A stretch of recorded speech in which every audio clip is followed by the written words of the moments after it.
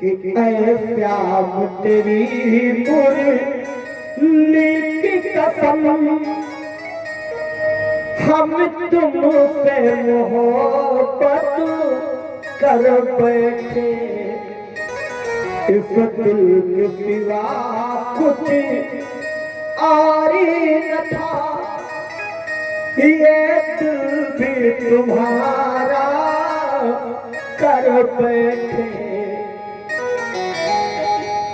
जब देखा सांवली सूरत को तो चरणों में झुका कर सर बैठे, ऐ श्याम तेरी मुरली की कसम, हम तुमसे मोहब्बत कर बैठे।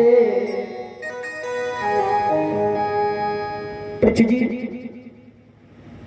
फिर से कथा कर धरातल से मैया सुनीति फूस की झोपड़ी में बैठे अपने परमात्मा को क्या कर रही थी? क्या कर रही थी? याद कर रही थी और कह रहे थे कृष्ण अपना प्यार दे दो,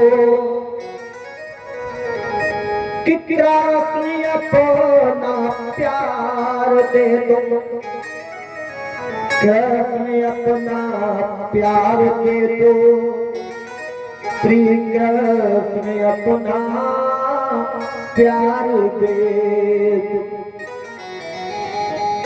कि आज बालक की कौन सी रस खान जिस पर मर रहा, और कमरी की जिस पर ये जब निछावर हो रहा है। कन्हैया कि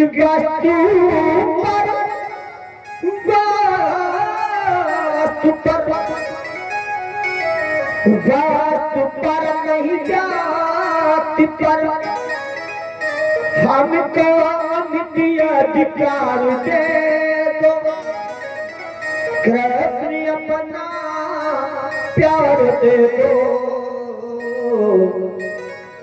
श्री कृष्ण अपना प्यार दे दो। और क्या बात है?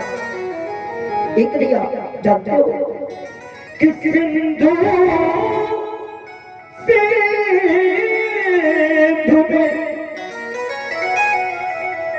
सिंधु में बहुचार होंगे और बहुत तूफान होंगे, ये चरचरी नौका हमारी ये कर तुम्हारे काम लेंगे। एक लिया कि पार की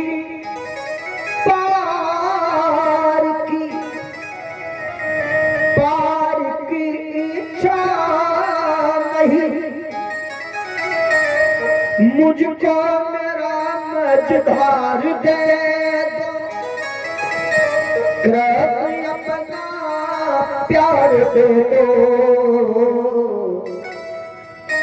श्री कृष्ण अपना प्यार दे दो। अंत में मांगा तो क्या? एक लिया कि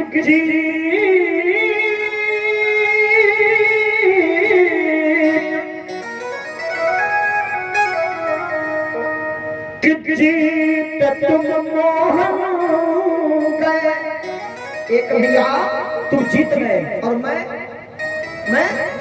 हार गई, कि जीत तुम मोहन गए और हमको हमारी हार दे।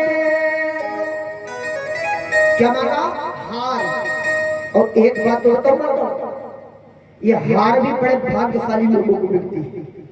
हाँ, कौन हार? एक तो जीत हार, दूसरा है ठाकुर साहब ये हार, हाँ, हर किसी को नहीं मिलती, मिलती है हर किसी को नहीं मिलती है। यही जो माला, इस माला ने न जाने कितनों को जीवन दिया है और इस माला ने न जाने कितने लोगों का जीवन लिया है। अब आप लोग विचार करोगे पंडित जी, ये माला जीवन देता भी है और माला जीवन लेता भी है। हाँ, कितनों को इस माला ने जीवन दिया और न जाने कितनों का जीवन लिया। अब आप लोग करो पंडित जी, इस माला ने किसका जीवन लिया तो आपको बताओ। एक बार दुर्वासा जी ने देवराज इंद्र के गले में ये माला डाला। बेटा प्रभु जमा, दुर्वासा ने दी माला, देवराज ने ली माला और देवराज इंद्र के गले में जो माला डाली और देवराज इंद्र ने क्या किया, अपने गले से माला उतारी और ऐरावत हाथी के गले में डाली। देखा होगा नेता जब आते हैं तो लोग माला डाल तुरंत हटा देते हैं। देवराज इंद्र के गले में दुर्वासा जी ने जो माला डाली और दुर्वासा जी ने जो माला डाली तो देवराज इंद्र ने गले से माला उतारी और ऐरावत हाथी के गले में डाली। और हाथी का जाने माला की कीमत। ऐरावत हाथी ने उस माला को सूंड से पकड़ करके नोचा और तोड़ करके पैरों के नीचे कुचल दिया। और दुर्वासा जी जैसे संत बड़े क्रोधी हैं, लोक वेद विदित इतिहास जग जाने क्रोधी दुर्वासा, इनके पास क्रोधी का सर्टिफिकेट है। हाँ, बहुत क्रोधी। दुर्वासा जी जैसे संत ने श्राप भी दिया, जब श्रीहीन हो जाओ काम करता। अच्छा, और इस माला ने एक को गोपाल भैया जीवन दिया है। जानते हो किसको? नहीं जानते हो? अरे अगर भगवान राम ने सुग्रीव के गले में यह माला न डाली होती तो बाली मरा होता, मरा होता। इस माला ने सुग्रीव को जीवन दान दे दिया। बोले सच्चे दरबार की जीवन दिया। भगवान राम ने अगर सुग्रीव के गले में यह माला न डाली होती तो बाली मरा होता। एक रूप तुम भ्राता दो। चलो यादव जी, आपको कलयुग का प्रमाण बताओ। इस कलयुग में इस माला ने एक के प्राण ले लिए। जान सकते हो? जानते हो? नहीं जानते हो? नवीन भैया नहीं जानते हो? जो सुने आपको बताया, इस कलयुग में इस माला ने एक के प्राण ले लिए। किसके? अगर उस बुढ़िया ने राजीव गांधी के गले में माला न डाली होती तो बताओ राजीव गांधी मरे होते? मरे होते? राजीव गांधी के गले में जो माला और माला के साथ में लगा दिया बम, राजीव गांधी का काम खत्म। माला श्रृंगार बनी, बन के शुभ काम कर दिया। किसी को दिया जीवन, किसी का जीवन तमाम कर दिया। ठीक है, माला जीवन देती भी है, माला जीवन लेती भी है। सुग्रीव को अगर जीवन दान दिया तो राजीव गांधी का जीवन लिया भी है। बोले सच्चे दरबार। मैं कपोल कल्पित बात नहीं करता कभी। और आपको बताओ, मैया सुनीति करे थी, जीत तुम मोहन गए, हमको हमारी हार दे दो, कृष्ण अपना प्यार दे दो, कृष्ण अपना प्यार दे दो। महारानी सुनीति ने जो परमात्मा को याद किया और जिसमें ध्यान आकृष्ट हुआ, देखा फूस की झोपड़ी के सामने अर्धरात्रि के सामने समय में कोई सवाल। शिवदेव कवि ने कहा, राजा मैया सुनीति ने जो देखा फूस की झोपड़ी के सामने घोड़े पर अर्धरात्रि के कोई सामने समय में सवार, मैया सुनीति ने प्रश्न कर दिया, मुझ अभागिनी की कुटिया में अर्धरात्रि के समय आने वाले तुम्हारा परिचय क्या है, आने का प्रयोजन क्या है? उत्तानपाद ने कहा देवी क्या तुमने पहचाना नहीं? अरे मैं स्वदेश का राजा हूँ, मेरा नाम उत्तानपाद है। और जो कहा उत्तानपाद, महारानी सुनीति दौड़ करके गई, उत्तानपाद के चरणों में गिर पड़ी, सर रख दिया और रोने लगी, प्रभु परमात्मा मुझे क्षमा कर देना। क्यों? क्योंकि आज मैंने अपने प्राण प्राणेश्वर पति से उनका परिचय पूछ लिया। सुनीति ने उत्तानपाद की कलाई को पकड़ा और कलाई को पकड़ करके फूस की झोपड़ी में लेकर के पत्ते के बिछौने पर बैठाया। अरे सर्वप्रथम अगर महारानी सुनीति ने कुछ पूछा तो हाथ जोड़ के निवेदन किया, महाराज राजमहलों से आ रहे हो, जरा बताओ राजमहलों में रहने वाली मेरी छोटी बहन सुरुचि कुशल से है कि नहीं है? क्या तुमको वहां उसने आने के लिए यहाँ पर मना नहीं किया? भक्त माताओं, उत्तानपाद ने कहा देवी क्या बताओ, आज मैं प्रातःकाल में शिकार खेलने के लिए गया था, सायंकाल में जिसमें शिकार खेल करके आया तो राजमहल के दरवाजे बंद थे। सुनीति ने कहा बहन आवाज लगाती, पर एक बार नहीं मैंने बार बार बोला है, लेकिन सुरुचि ने दरवाजे नहीं खोले, इसलिए मैं तुम्हारे पास चली आई।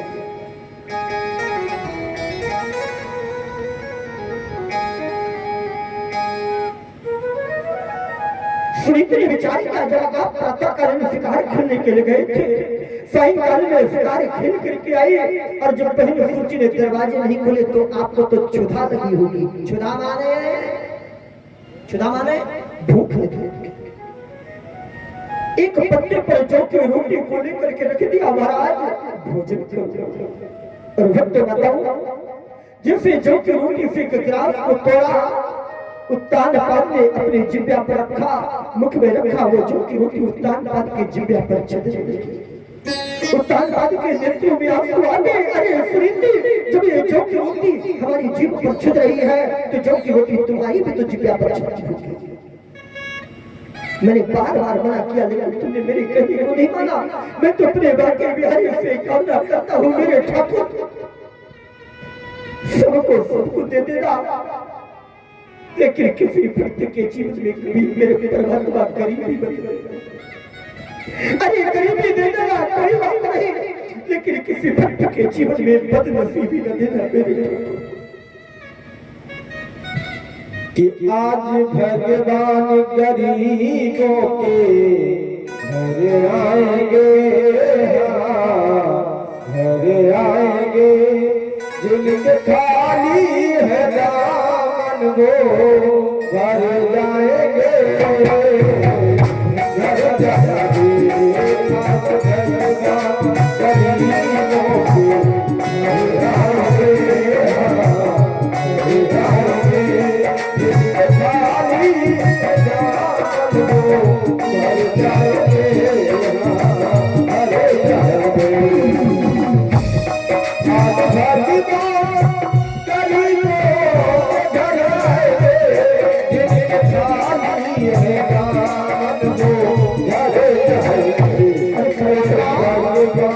किसी को कहीं भी न दे मेरे भगवान, किसी को कहीं भी न दे,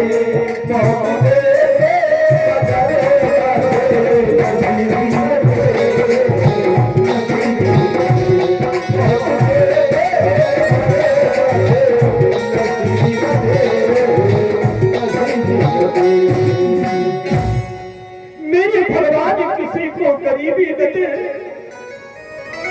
मौत देते मगर बदनसीबी न दे। परमात्मा सबको दे देना, लेकिन किसी व्यक्ति के जीवन में मेरे ठाकुर कभी भी गरीबी मत दे। और गरीबी का जो संकट आता है तो प्यारे गरीबी कुछ भी करवा सकती है। गरीबी क्या से क्या न करवा दे। आरत काहन करई कर्मु मांगई भीख छाड़ी निज धर्म। गोस्वामी जी ने कहा आरत काहन करई कर्मु मांगई भीख छाड़ी निज धर्म। जिसमें गरीबी का संकट आता है, गरीबी क्या से क्या करवा दे।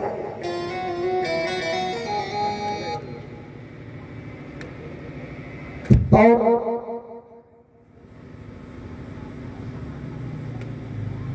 भैया सुनीत ने देखा कोई बात नहीं, परवाह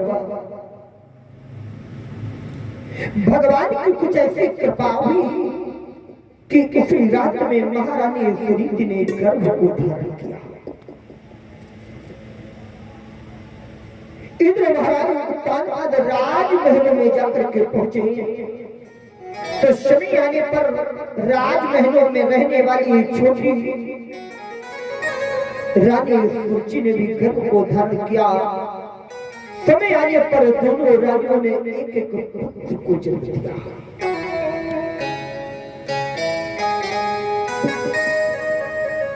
अब तो उत्तानपाद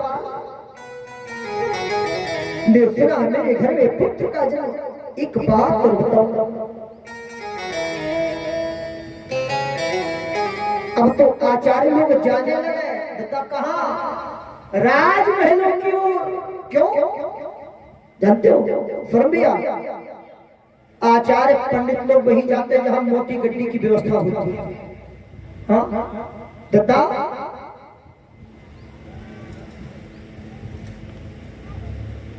आचार्य लोग भी वहीं जाते हैं जहां मोटी गड्डी की व्यवस्था होती है। लेकिन फूस की झोपड़ी की कोई आचार्य नहीं, कोई विद्वान नहीं, कोई शिष्ट नहीं। लेकिन जिसका जब कोई नहीं होता है उसका भगवान होता है, जिसका कोई नहीं होता उसका परमात्मा होता है। प्यारे महारानी सुनीति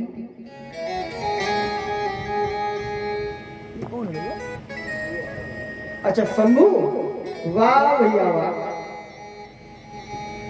शिवदेव स्वामी ने कहा राजा, एक संत जी जाकर के पहुंचे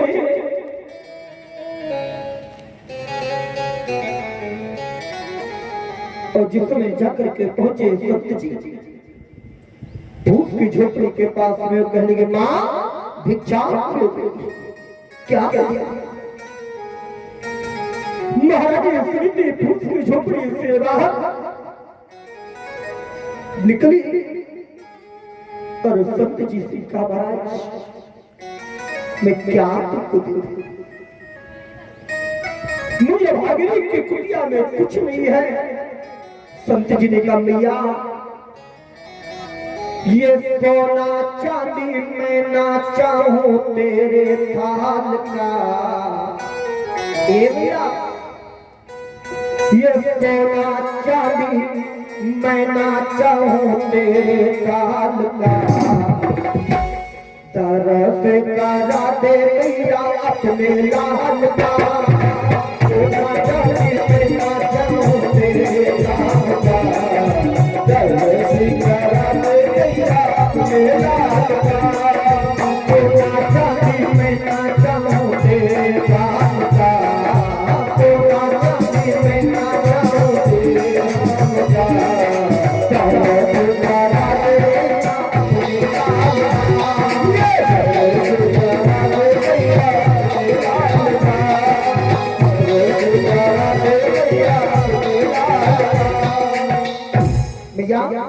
तुम्हारी झोपड़ी में वो है अनमोल पुत्र धन, भैया बस वही मेरी गोद में दे दो। और जो मैया सुनीति ने गोद में अपने लाल को दिया, संत जी नाचने लगे। अरे माँ मैं तुम्हारे लाल का नामकरण कर रहा हूँ। और उस बालक का नाम जानते क्या रखा? अरे मैया मैं तुम्हारे लाला का नाम ध्रुव रख रहा हूँ। क्या नाम रखा? ध्रुव। इधर राजमहल वाले रहने वाली सुरुचि के पुत्र का नाम जानते क्या रखा गया? उत्तम। क्या नाम रखा गया? उत्तम। अब आपको अध्यात्म की विधा से बताऊं, ये उत्तानपाद क्या होता है, सुनीत क्या है? भैया गोपाल जी उत्तानपाद जानते क्या होता है? अच्छा उत्तानपाद क्या होता है, सुनीत क्या है, सूरज क्या है, ध्रुव क्या है और उत्तम क्या है, ये अध्यात्म की दृष्टि से देखिएगा। देखो जीवन में हर व्यक्ति उत्तानपाद होता है। जीवन का हर व्यक्ति उत्तानपाद होता है। भैया श्रवण जी जीवन में हर व्यक्ति उत्तानपाद होता है। उत्तानपाद माने जानते हो? देखो, उत्तान माने होता है ऊपर और पाद माने होता है पैर। जिसके पैर ऊपर हो और सर नीचे हो वो व्यक्ति उत्तानपाद होता है। कोई सर में तुम भी उत्तानपाद हो। अब आप कहोगे पंडित जी बड़ी विलक्षण भाषा बोलते हो। आप एक तरफ ये कह रहे हो जिसके पैर ऊपर हो सर नीचे हो वो व्यक्ति उत्तानपाद होता है। अच्छा, तुम्हारे पैर कहाँ है? ऊपर है कि नीचे है? नीचे, लेकिन तुम भी उत्तानपाद हो। बात थोड़ी उलझ रही होगी, कोई बात नहीं। जिसके पैर ऊपर हो और सर नीचे हो वो व्यक्ति उत्तानपाद होता है। और पैर ऊपर कब होता है, सर नीचे कब होता है? जिस समय प्राणी मां के गर्भ में आता है उस समय प्राणी को उल्टा रहना पड़ता है। तो भाई, जिसमें प्राणी मां के गर्भ में आता है उस समय प्राणी के पैर ऊपर होते हैं और सर नीचे होता है। इसलिए जीवन का हर व्यक्ति उत्तानपाद होता है। बोले सच्चे दरबार की। अब तुम भी उत्तानपाद हो कि नहीं हो? ऐसे उत्तानपाद की जीवन की दो पत्नी है। एक का नाम है सुनी, दूसरी का नाम है सुरुचि। देखो, सु माने सुंदर, नीति माने विचार। जिसका सुंदर विचार है वो कौन है? सुनीति। और सुरुचि, सु माने सुंदर, रुचि माने इच्छा। जिसकी सुंदर इच्छा है वो होती है सुरुचि। अच्छा, आपकी इच्छा है। अच्छा, आपकी इच्छा से जो काम होगा कैसा होगा? अच्छा होगा कि नहीं होगा? आपकी इच्छा से। अच्छा, आपकी इच्छा यह है कि वृंदावन में 10 मंजिल का फ्लैट बनवा लिया जाए। बताओ देखने में कैसा होगा? अच्छा होगा कि नहीं होगा? जो चीज आपकी इच्छा से जो कार्य होगा वो अच्छा होगा, अर्थात उत्तम होगा। उत्तम होगा। अच्छा, सुरुचि के पुत्र का नाम क्या है? उत्तम। और सु माने सुंदर, नीति माने विचार। जो विचार करके जो काम होगा फल में देरी तो हो सकती है लेकिन फल जो होगा वो अटल होगा, सत्य होगा, टिकाऊ होगा, अर्थात ध्रुव होगा। और सुनीत के पुत्र का नाम ध्रुव। एक बात और निवेदन करूं बहन जी, जो चीज देखने में उत्तम होगी आपकी इच्छा से, जो चीज देखने में उत्तम होगी वो एक न एक दिन नष्ट जरूर हो जाएगी। हो जाएगी कि नहीं हो जाएगी? जैसे एग्जाम्पल, एक बार एक राजा ने अपने यहाँ एक शीश महल बनवाया। कैसा महल बनवाया? दद्दा, ये मकान बना है, आपके इस मकान में 2 कमी है। बहन जी बता दूं आपको कि ना बताएं? बता दूं दादा, आपके इस मकान में 2 कमियां हैं और आपके बस की बात भी नहीं इन 2 कमियों को पूरा करना। व्यास मंच से इसलिए बोल रहा हूं दादा, पूरा नहीं कर पाओगे। बोले सच्चे दरबार की। बता दूं कभी? अच्छा, बता तो देते ही हैं, ठीक है। और पूरा कर नहीं पाओगे लेकिन तब भी नहीं कर पाओगे। मैं बता रहा हूं तब भी नहीं कर पाओगे पूरा, लेकिन बता दूं बहन जी, ठीक है ना? एक बार एक राजा ने अपने यहाँ एक शीश महल बनाया। बड़ा ध्यान लगाना मेरी बात। और शीश महल इतना सुंदर है। अब शीश महल कोई साधारण महल होगा? इतना सुंदर महल राजा ने सारे नगर में अनाउंसमेंट करवा दिया कि जो भी मेरे महल में कमी बता देगा उसको मुहमांगा पुरस्कार मिलेगा और जो कमी नहीं बता पाएगा उसको फांसी होगी। अब तो लोग आए, महल को चारों ओर से घूम करके देखे हैं। और जब महल को चारों ओर से घूम करके देखा, राजा ने पूछा बताओ मेरे महल में कोई कमी? लोगों ने कहा महाराज आज तक मैंने ऐसा महल नहीं देखा। बोले कोई कमी? बोले कोई कमी नहीं। बोले जब कोई कमी तो फांसी पर चढ़ाओ, फांसी पर चढ़ाओ। ऐसे 2 4 5 लोग फांसी पर लटक गए। तब तक एक संत जी आए, जैसे हमारे बाबा जी बैठे। संत जी आए, राजा ने पूछा महाराज कैसे आए? बोले महल में कमी बताने के लिए आया। राजा ने विचार किया बाबा ये भी काम से गया, इनका काम ही खत्म है। बोले ठीक है महाराज। शर्त बता। बोले कौन सी? बोले शर्त यह है अगर महल में कमी बता दोगे तो महंगा महंगा पुरस्कार मिलेगा, और कमी नहीं बता पाए तो तुमको फांसी होगी। बोले ठीक ठीक ठीक।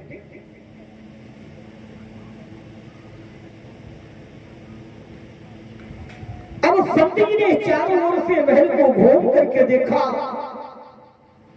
राजा ने कहा महाराज मेरे महल कोई कमी? संत जी ने कहा अरे राजन इतना सुंदर महल तुमने बनवाया, आज तक मैंने इतना सुंदर महल नहीं देखा, लेकिन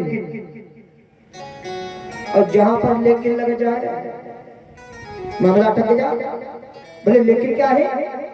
संत जी ने कहा राजन महल को बहुत सुंदर बनाया है, लेकिन तुम्हारे महल में एक कमी नहीं है। तुम्हारे महल में कितनी कमियां हैं? कितनी दत्ता?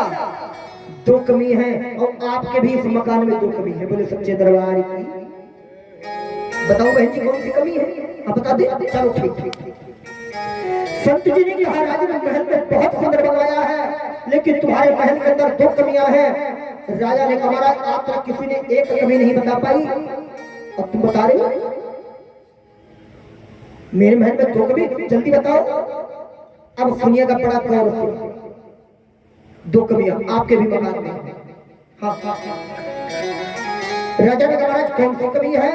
संत जी ने कहा सुनिए पहली कमी यह है तुमने महल तो बहुत सुंदर बनाया है, महल तो बहुत सुंदर है, लेकिन पहली कमी यह है ये महल एक दिन गिर जाएगा।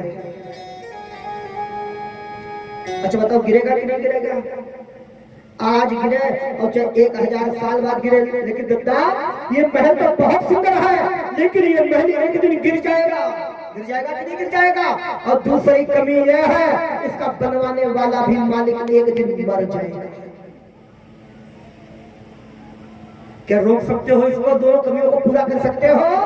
ये महल तो बहुत सुंदर है प्यारे, लेकिन ये महल एक दिन गिर जाएगा। और दूसरी कमी यह है इसका बनवाने वाला भी मालिक एक दिन मर जाएगा। क्या बचेगा? दोनों कमियां दोनों सत्य हैं। आपके भी मकान में 2 कमियां हैं, है कि नहीं है? महल तो बहुत सुंदर है बहन जी, लेकिन महल एक न एक दिन तो गिर ही जाएगा। और दूसरी कमी यह है इसका बनवाने वाला भी मालिक एक दिन मर जाएगा। राजा को बैराग हो गया।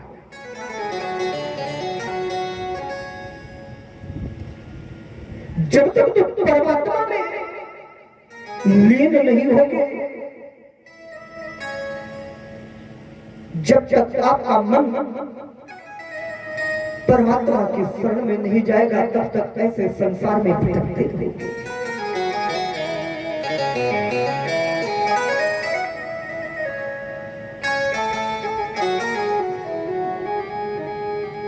मैं तो बार बार एक निवेदन करता हूं कि पानी में नाव चले तो चले। अच्छा नाव पानी में चलेगी?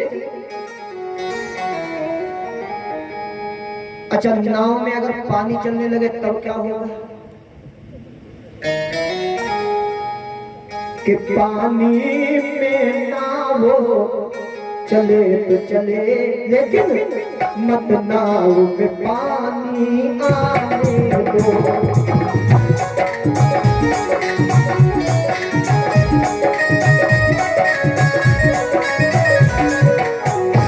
पानी में नाव चले तो चले, मत नाव में पानी आने दो। संसार में चाहे मन जाए, संसार में चाहे मन जाए, मन में संसार का आने दो।